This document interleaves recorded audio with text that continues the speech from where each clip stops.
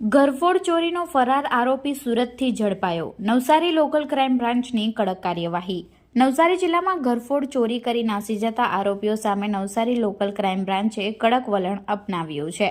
લાંબા સમયથી ફરાર રહેલા ઘરફોડ ચોરીના આરોપી મોયુદ્દીન ઉર્ફે ચાચા જૈનુદ્દીન કાઝીને લોકલ ક્રાઇમ બ્રાન્ચ પોલીસે સુરતના ઉધના વિસ્તારમાંથી દબોચી લીધો છે. આરોપી નવસારી ટાઉન પોલીસ સ્ટેશનમાં નોંધાયેલા ગુનામાં વાંછિત હતો અને તેની સામે અગાઉ વેજલપોર, કીમ, જલાલપોર તેમજ નવસારી ટાઉન પોલીસ સ્ટેશનમાં કુલ 6 જેટલા ઘરફોડ ચોરીના ગુનાઓ નોંધાયેલા છે. નવસારી જિલ્લામાં ગુનાખોરી પર લગામ કસવાના હેતુથી એલસીબી દ્વારા ચલાવવામાં આવી રહેલી વિશેષ ઝુંબેશ અંતર્ગત આ કાર્યવાહી કરવામાં આવી છે.